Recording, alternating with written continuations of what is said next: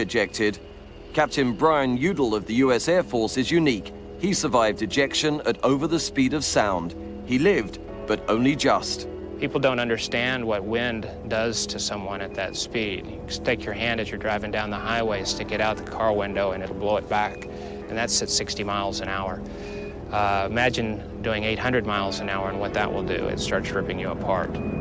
April 18th, 1989, and Udall and his weapons officer, Captain Dennis White, were assigned to fly their two-seat F-15 on a combat training mission.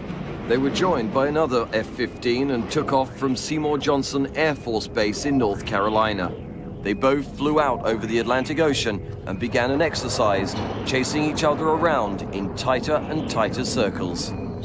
My goal was just to do a nice 360-degree around-the-circle turn. I get about 90 degrees through the turn, we started hearing wind rushing over the canopy.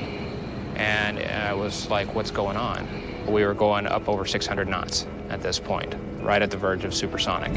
In a split second, Udall realized he was losing control of his F-15. I didn't know if I was upside down or right side up, and I had no way of telling where the nearest horizon was. From 17,000 feet to 10,000 feet went by in about 5 seconds.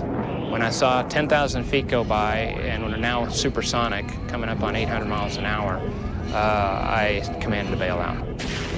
Udall and his navigator pulled the handles of their ejection seats, not knowing if they'd hit the water before their chutes opened. I got in a body position, pulled the handles, and in that length of time, another 4,000 feet went by. I left the cockpit at 3,000 feet, and I got my parachute at less than 1,000 feet. Had I waited even a half a second longer to pull the ejection handles, I would have hit the water still in my seat. It felt like somebody had just hit me with a train. When I went out into the wind stream, it ripped my helmet right off of my head, broke all the blood vessels in my head and face. My head was swollen the size of a basketball, and my lips were the size of cucumbers. My left elbow was dislocated and pointed backwards.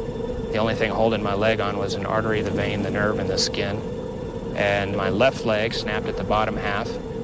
I found myself exhausted, hanging in a parachute. I could feel the cool night air on my face. I could hear the parachute ruffling above me. When pilots eject, their seats automatically deploy a one-man life raft, just in case, like Udall, they eject over water. I had just grabbed a hold of the life raft. I hit the water. I went to kick my legs to try to get in. Well, when I went to kick my legs, the bottom half of my legs were just flopping. This arm's bent backwards, my legs are flopping, and I've got one arm that I'm holding onto this life raft with. And I thought, you know, I'm going to die out here tonight.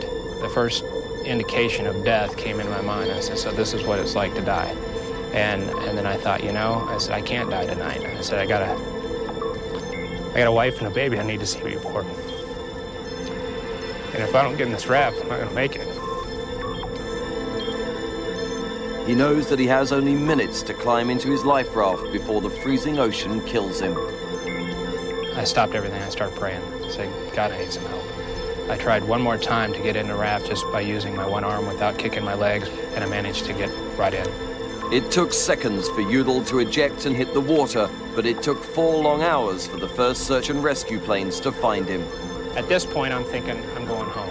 So I can deal with whatever pain that I have to deal with because I know I'm going home. Up until now, he'd only been concerned with his own survival. When he finally reached hospital, his thoughts turned to his navigator. The next day, around noon, they came in and they told me that they had found his body, that he had been killed instantly upon ejection. And that was a tough thing. When you make that decision to eject, you're doing it to try to save your life. And when one guy doesn't make it, it's pretty tough.